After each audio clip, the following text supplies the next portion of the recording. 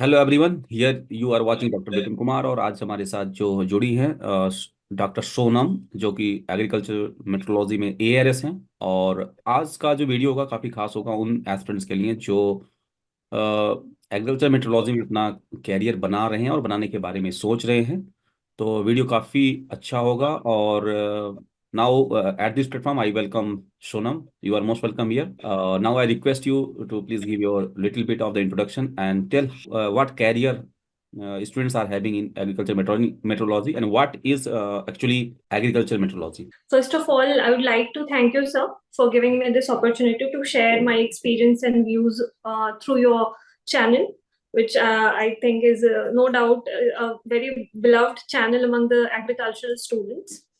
Hello, everyone.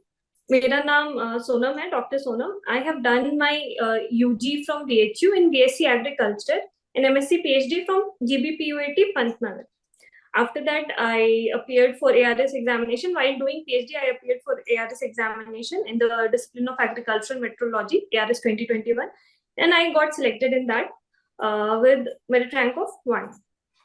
और agricultural meteorology के बारे में अगर बात करें तो ये डिसिप्लिन हिंदी में इसे कृषि मौसम विज्ञान बोलते हैं. So it is as simple as that. It deals with the it deals with the science of atmosphere and its implications in agriculture. So agriculture and livestock. So it's simple भाषा में यही बोल सकते हैं कि मौसम का जो भी प्रभाव कृषि पे पड़ता है और उसकी जो स्टडी, उसका जो अध्ययन होता है वो इस डिसिप्लिन में हम करते हैं. और नॉट जस्ट मौसम, मतलब अब इस डिसिप्लिन में काफी न्यू साइंसेस जैसे कि machine learning, artificial intelligence and remote sensing, in fields को भी इनकॉर्पोरेट किया गया है in the syllabus of agricultural metrology. So it is quite vast syllabus, and it covers a lot of other aspects also, apart from meteorology or the मौसम. And इसमें अगर scope की बात करें तो पहले तो इसमें लाइक जैसे आप यूजी करते हैं बीएससी एजी, आफ्टर दैट आप इसमें एग्रीकल्चर मेट्रोलॉजी आपको एज अ डिसिप्लिन, अगर आप जेआरएफ के थ्रू, फिजिकल साइंस के थ्रू आप जेआरएफ देते हैं तो आपको agriculture meteorology as a field choose करने का ऑप्शन मिलता है इन एमएससी. और फिर once in MSc you get admission into agriculture meteorology, फिर आप पीएचडी में in the same discipline you just continue. And इसके स्कोप की अगर बात करें तो there are large number of scopes, not just in agriculture, in the field of agriculture, also in the Ministry of Earth Sciences and ISRO. जैसे कि first of all हम agriculture की बात करेंगे तो एग्रीकल्चर में आप एआरएस बन सकते हैं, जो कि ऑलरेडी मैं हूँ, सर हैं. और असिस्टेंट प्रोफेसर भी always is there an opportunity in universities. Apart from that, अगर आप एग्रीकल्चर के बाहर की बात करें तो वहाँ आप इसरो में बहुत सारे जो इंस्टीट्यूट है, आईआईआरएस है, उसमें भी एग्रीकल्चरल मेट्रोलॉजी के through there are many scientists over there, permanent scientist also, project scientist also. So इनकी पोजीशंस आते रहती है, इसरो एडवर्टाइज करता है. सिमिलरली स्पेस एप्लीकेशन सेंटर है, इसरो का ही एक वो भी सेंटर है, वहां पे भी वैकेंसीज आते रहती हैं जिसमें कि एग्रीकल्चर मेट्रोलॉजी एलिजिबल होता है कई बार. सो आप इसरो में जा सकते हैं. Similarly IMD is there, India meteorological department. India meteorological department में भी आप जा सकते हैं. वहां पे भी प्रोजेक्ट साइंटिस्ट की पोस्ट तो काफी फ्रिक्वेंटली भी आती रहती है, परमानेंट साइंटिस्ट की भी आती है. इवन इन आईएमडी अगर आप प्रोजेक्ट साइंटिस्ट में भी जाते हैं तो भी there is a very high chance कि वो प्रोजेक्ट धीरे धीरे कंटिन्यू होते होते फिर जब परमानेंट पोजीशन आती है तो उनको ही अब्सॉर्ब कर लिया जाता है उन परमानेंट पोजीशंस में. So it is like IMD is also there. और इन दोनों, इसरो आईएमडी में बेसिकली जो सिलेक्शन प्रोसेस होता है वो थ्रू इंटरव्यू होता है. Usually written examinations are not there. After agriculture में मास्टर हाँ या आफ्टर पीएचडी? सर, मास्टर्स पे ही most of the time eligibility masters रहती है, लेकिन पीएचडी डिजायरेबल क्वालिफिकेशंस में वो रखते हैं कई बार. So minimum eligibility is masters mostly. And agriculture में या Mahalanobis national crop forecast centre है, वहां भी कभी कभी साइंटिस्ट की पोजीशंस आती हैं, वहां भी मेनली जो सिलेक्शन प्रोसेस होता है वो इंटरव्यू एंड या पास्ट योर सीवी ऑल्सो, इन सब जगहों पे जो आपका सीवी है that also plays an important role apart from your performance in interview. और अब इनके अलावा लाइक हाँ या दीज आर द स्कोप्स। और इसमें अब क्योंकि मैं एआरएस हूँ तो मैं इसके बारे में आपसे ज्यादा अच्छे तरीके से डिटेल में बात कर सकती हूँ।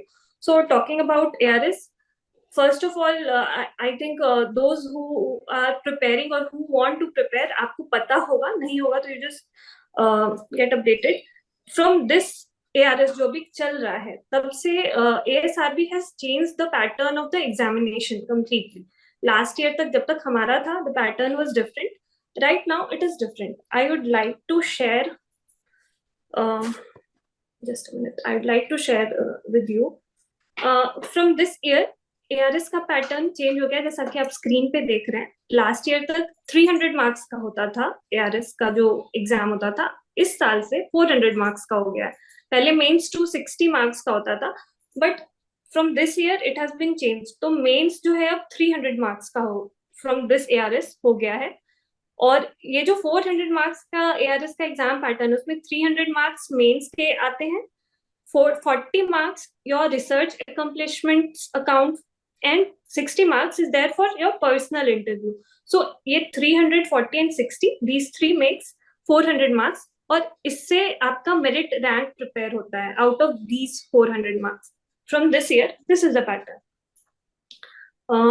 अब इसमें अगर बात करें, ये एएसआरबी की नोटिफिकेशन है जब ये आई थी न्यू पैटर्न, तो इस ये जो 300 मार्क्स जो रिटन एग्जामिनेशन है फर्स्ट पार्ट हम उस पर फोकस करते हैं, तो इसमें 5 मार्क्स के 25 क्वेश्चंस, 10 मार्क्स के 10 क्वेश्चंस एंड 15 मार्क्स के 5 क्वेश्चंस, ऐसा यानी कि total 40 questions of 300 marks change हो गया। Okay, and the time is same, it is 180 minutes only. So अब इसमें आपको 180 मिनट्स में 40 क्वेश्चंस करने हैं, और जो कि significantly the number of questions have significantly increased from last time. earlier the number of questions were comparatively very less, so from this year it is very high, 40 questions। and इसमें जो 5 marks के questions हैं, in the answer sheet you get 1 page for 5 marks, 2 pages for 10 marks and 3 pages for 15 marks। वो जो answer sheet आती है उसमें ऊपर क्वेश्चन प्रिंटेड होता है, A4 साइज की शीट होती है, एंड नीचे ब्लैंक पेज होता है। It is not ruled, it is completely blank page. Okay, and so the number of questions are 40, total marks is 5 marks accounts for 125 marks, 10 marks के question क्योंकि 10 questions है तो 100 marks, 15 marks के 5 question है so it is 75 marks। तो इस पे रफली जो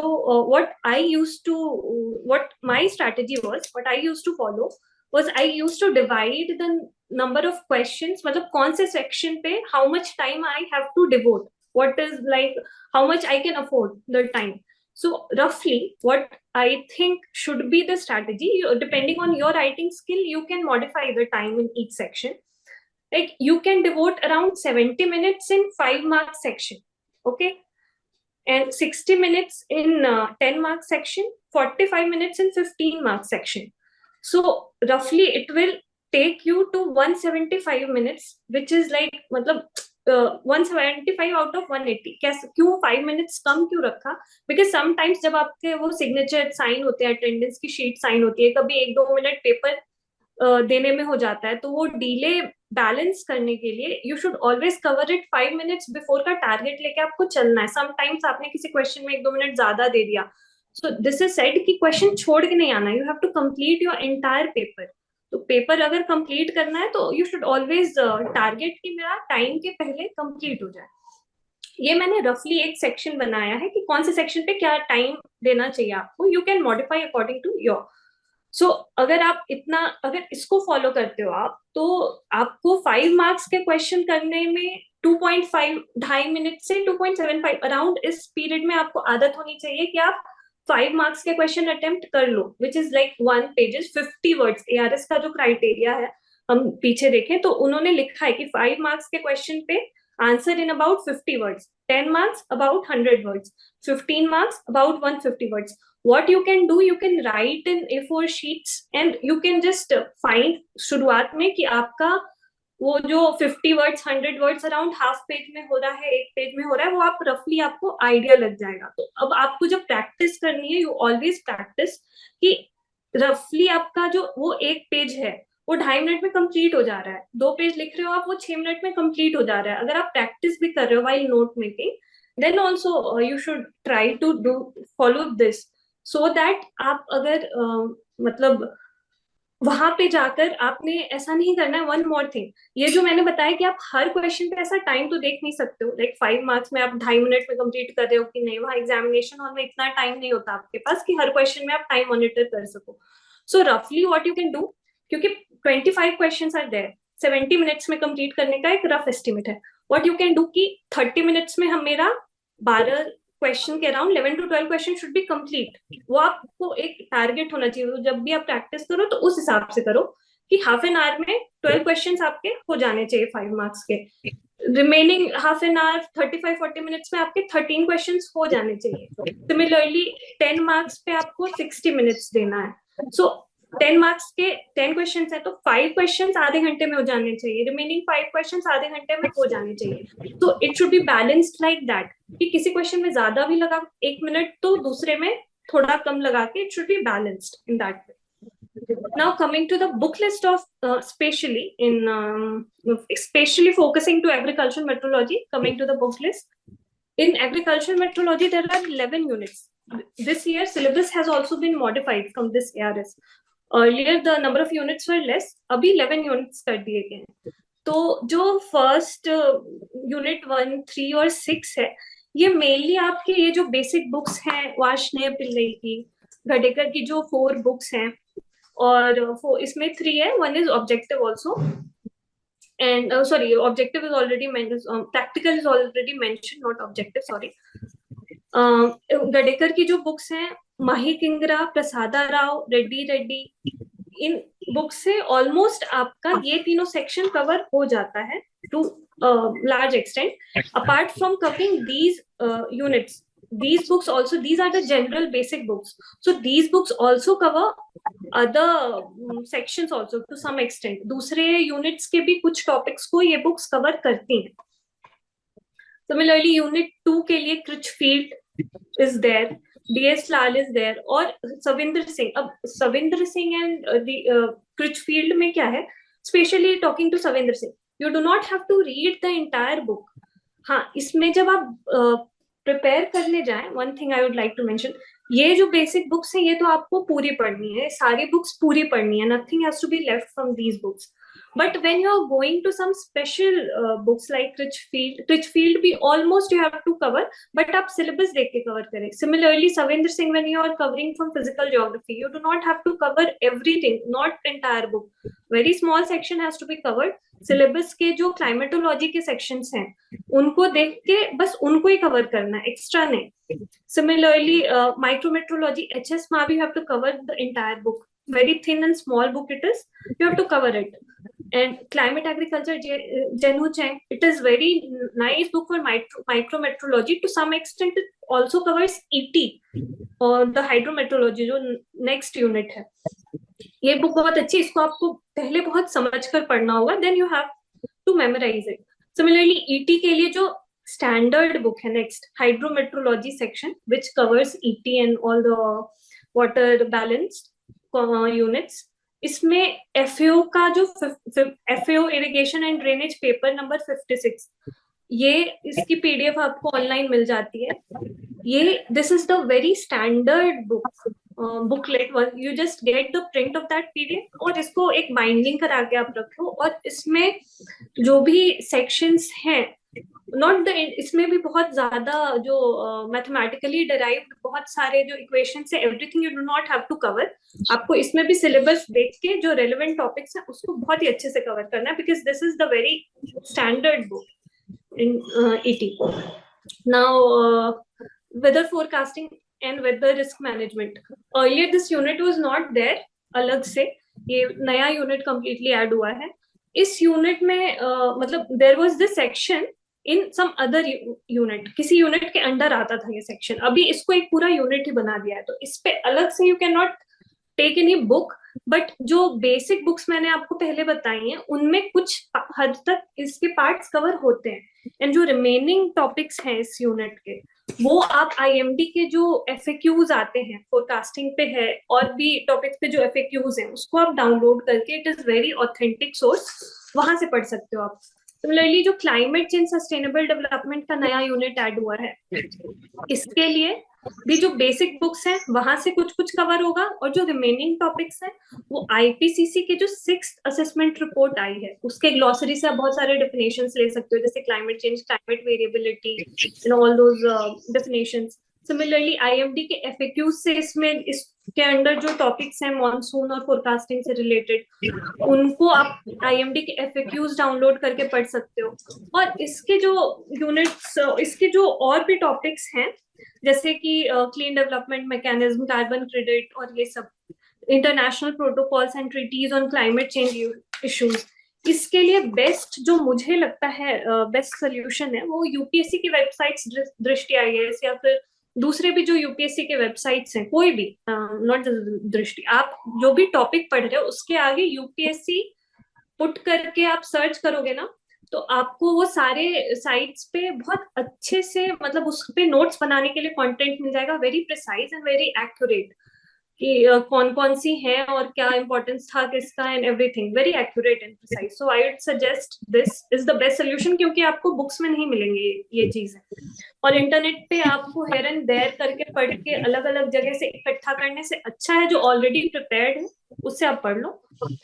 coming to the next unit, remote sensing and GIS and agrometeorology, इसके लिए जो जॉर्ज जोसेफ की बुक है fundamentals of remote sensing, very nice and in very simple terms it is explained, the topics are explained in the book, but उसमें जो image interpretation का part है वो नहीं ठीक से है in George Joseph, for that you have to refer to Lillesand book.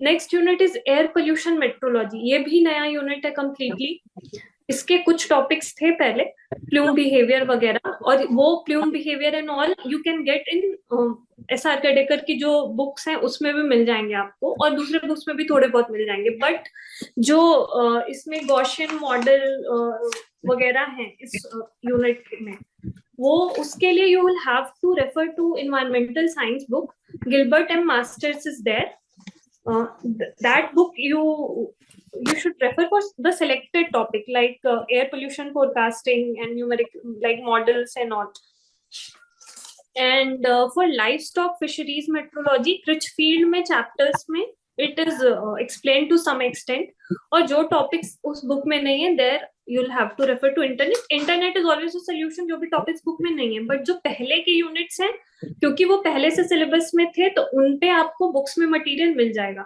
जो लेटेस्ट यूनिट्स ऐड हुए हैं उनमें आपको सब कुछ नहीं मिलेगा, there you should refer to internet. Now coming to the preparation part, जब व्हेनेवर यू स्टार्ट प्रिपेयरिंग जितने भी बुक्स हैं ये, never ever highlight in the first और द सेकेंड रीड, क्योंकि जब आप not even go for note making in the first and second read, क्योंकि जब आप फर्स्ट टाइम पढ़ते हो आपको वो पूरी बुक इंपॉर्टेंट लगेगी, and when you start highlighting तो आप पूरी बुक रंग दोगे, सिमिलरली नोट्स मेकिंग में आप पूरी बुक को ही लिख दोगे, सो नेवर डू दैट। पहली बार तो आप पूरा पढ़ लो, फर्स्ट बुक पढ़ोगे, second book same general metrology में पढ़ोगे तो आप मतलब ऑलमोस्ट कंटेंट बहुत हद तक सेम रहता है, कुछ चीजें अलग रहती है, थर्ड पढ़ोगे फिर वैसा ही होगा, so slowly you will discover what is same in all the books and what is unique in that book। तो जब आप रंगना स्टार्ट करो, हाईलाइट करना स्टार्ट करो, you always highlight the unique things में first, जो मतलब जब और that too you start at least third read के पहले नहीं, third read to fourth read you start highlighting, उसके पहले आप पेंसिल से मार्क कर सकते हो, दैट इज अलाउड, एंड फिर आप उसको इरेज कर दोगे जो भी आपको बाद में, एक्चुअली यू रियलाइज लेटर कि ये हमने जो हाईलाइट किया था, अंडरलाइन किया था, इसकी जरूरत नहीं थी, सो इसीलिए पेंसिल से मार्क कर लो आप। इन थर्ड फोर्थ गो में आप हाईलाइट कर सकते हो दो, स्पेशली दोज पॉइंट्स जो दूसरे बुक्स में नहीं, you always find some points in any book which is unique, मतलब अगर सेम यूनिट का आप 4-5 बुक पढ़ रहे हो तो कुछ तो यूनिक जरूर मिलेगा, that you try to highlight. And similarly note making में भी आप वही करो कि थर्ड फोर्थ रीड से आप स्टार्ट करो। पर नोट मेकिंग में what I use to follow, I don't know those who will agree they can do, I am just sharing my strategy. I use to take this kind of file, this is a file with two punches here. यहाँ से A4 sheets में I use to prepare notes, और उसमें prepare करके ये here you can open, punch करके I use to fix in this. अब क्या होता है while note making, you never your note on a certain topic, for example अगर हम सिलेबस पे हीट ट्रांसफर है सिलेबस में, फॉर एग्जाम्पल हमने हीट ट्रांसफर पे नोट मेकिंग स्टार्ट करी, अभी एक बुक में हमें कुछ मतलब 2-3 बुक से स्टार्ट करा, हमने नोट्स बना लिया, बट जब आप फ्यूचर जैसे जैसे प्रिपरेशन में आगे बढ़ते जाते हो, यू रियलाइज कि ये भी एक इंपॉर्टेंट पॉइंट था, कभी नेट से पढ़ लिया, कहीं कभी कहीं और से यूनिक पॉइंट्स मिल गए। अगर आप कॉपी में नोट्स बनाते हो तो you never have the liberty to add it in the same place. ये ऐसे नोट्स बनाने में क्या होता है, A4 शीट्स पे आप बनाते हो, एक A4 शीट पे हीट ट्रांसफर लिखा, 1 पेज 2 पेज जितना भी है आपने नोट्स बनाया इसमें डाल दिया, फिर नेक्स्ट टॉपिक आप पढ़ने लगे, फिर थर्ड फोर्थ ऐसे करके पढ़ा, फ्यूचर में आपको फिर से हीट ट्रांसफर पे कुछ नया मिलता है, फिर से आप या तो उसी शीट पे अगर नहीं भी खाली है तो आप नए शीट पे A4 शीट पे उसमें फिर फर्दर जो भी पॉइंट्स है उसको ऐड करके वापस हीट ट्रांसफर के नीचे लगा सकते हो।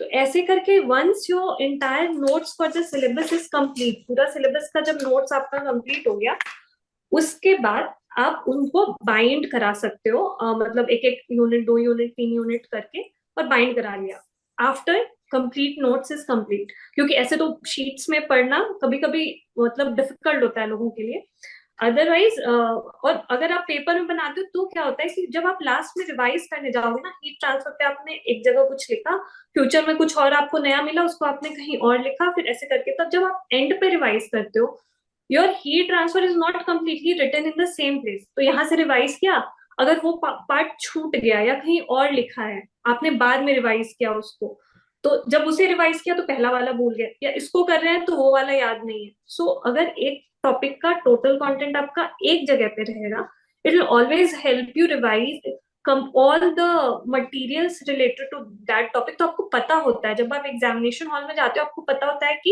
हीट ट्रांसफर पे टोटल इतना मटेरियल है मेरे यहाँ पे स्टोर, और उसमें से कितना लिखना है मुझे।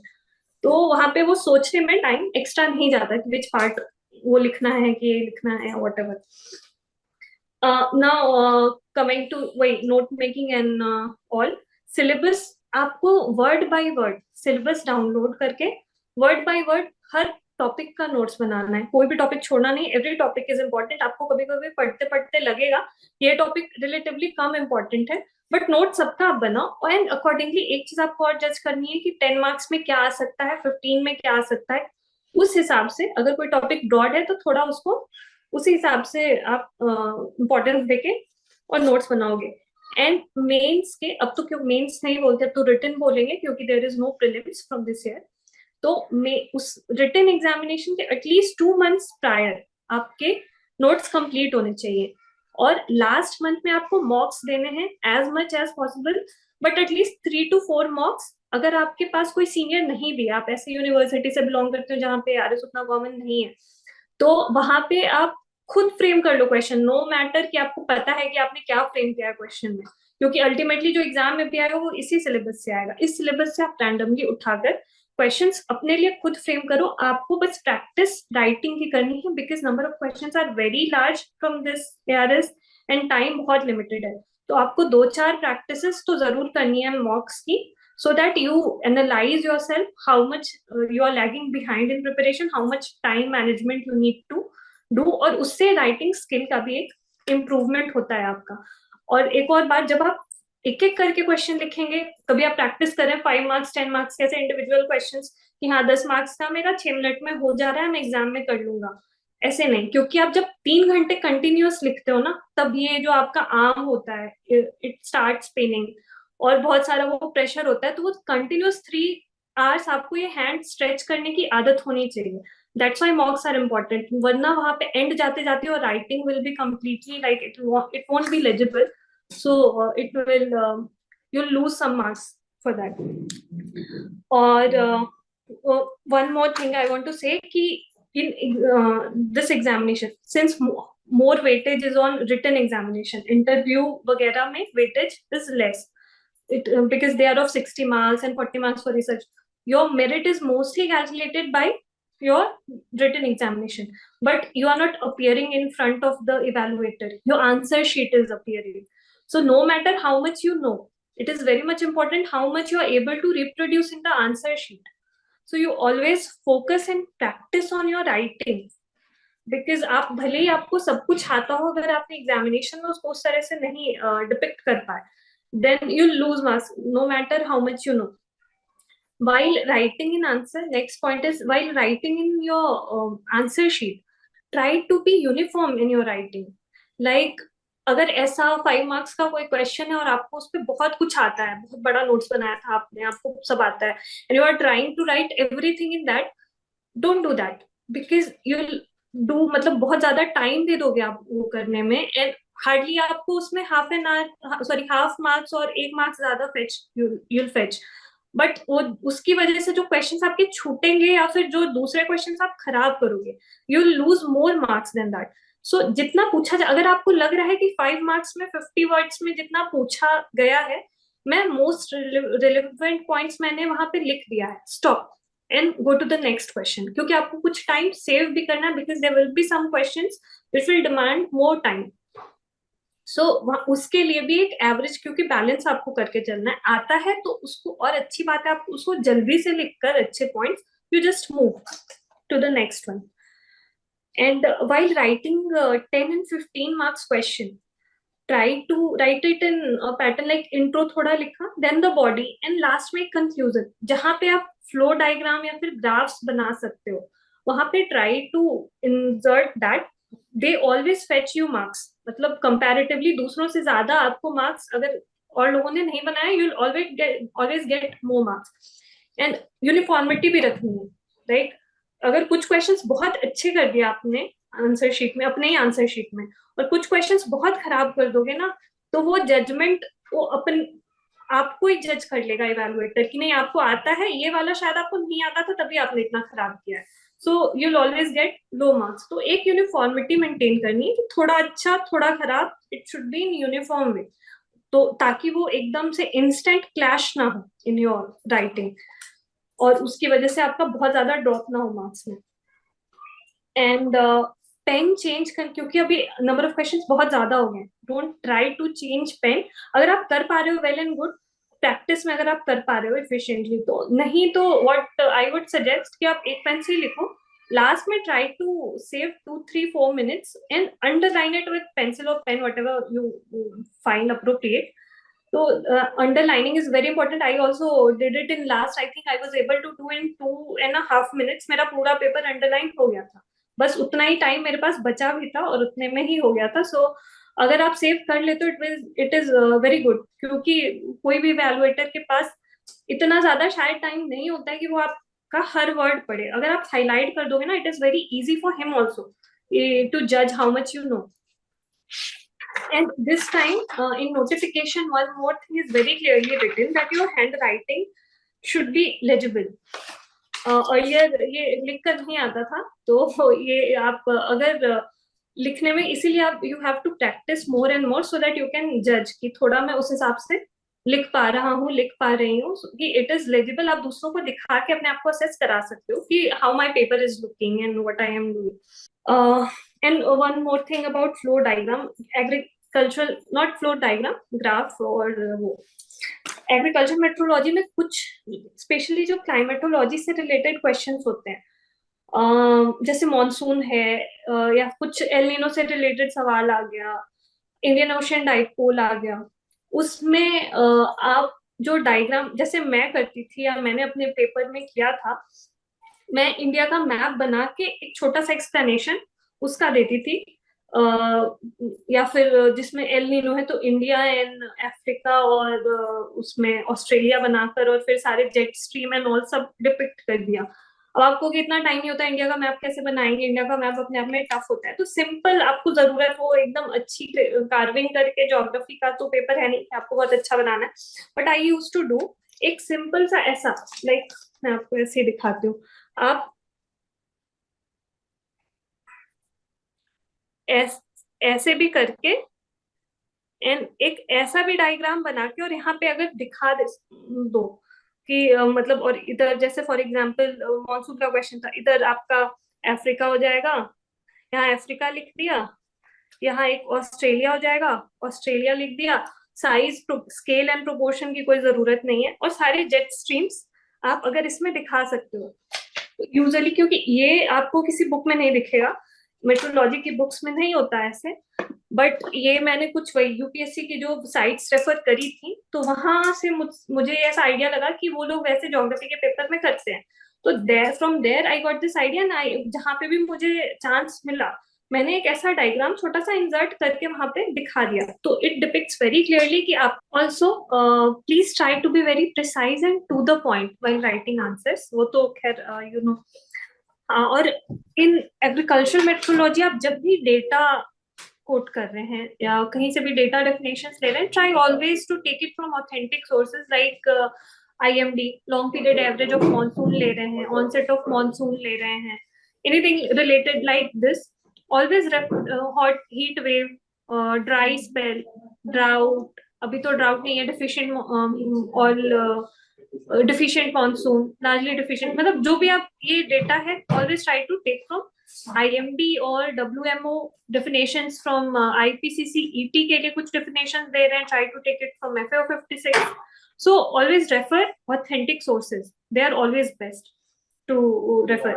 Also IMD को आप बार बार IMD के साइट पे जाके ना उसके जितने भी मेन्यूज हैं, try to visit it, वहां आपको बहुत सारी इंफॉर्मेशन मिल जाएगी related to syllabus, and also आपको बहुत सारे एप्स, बहुत सारे कॉन्सेप्ट्स वहां पे जाके आपको पीडीएफ के फॉर्म में भी बहुत सारे वहां पे अवेलेबल है, एफएक्यूज हो या फिर किसी और फॉर्म में, उसको आप डाउनलोड।